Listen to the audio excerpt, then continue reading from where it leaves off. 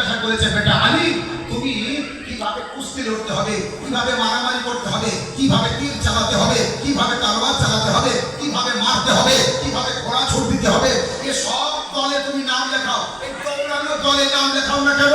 মাওলা আলাইহিস সালাম বলেছিলেন, বাবা আমি কখনো পালাতে শিখিনি, তাই আমি দৌড়ানো শিখবো না। সাল্লাল্লাহু আলাইহি মুহাম্মদ।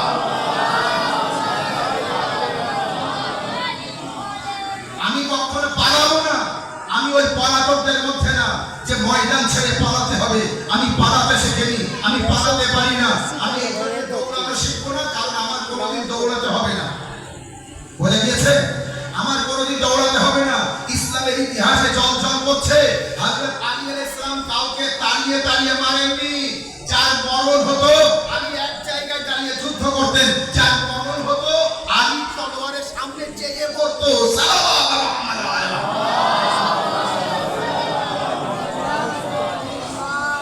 যার মরণ হতো, যার মৃত্যু আসতো, সে অটোমেটিক আলী আলাইহিস সালামের জুলফিকারের সামনে চলে যেত।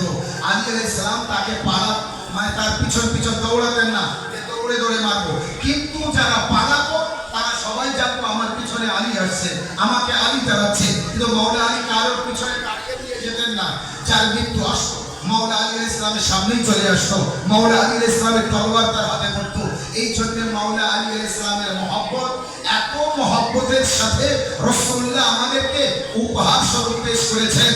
আল্লাহ কোরআন পাকের 28 পারা সূরা হাশরের 7 নম্বর আয়াতের মধ্যে বলেছে, মা আতাকুম রাসূলু ফাখুযুহু ওয়া মা নাহাকুম আনহু ফান্তাহু। আমার রাসূল যা দেবে তাই নেবে, যা দেবে না তো নেবে না।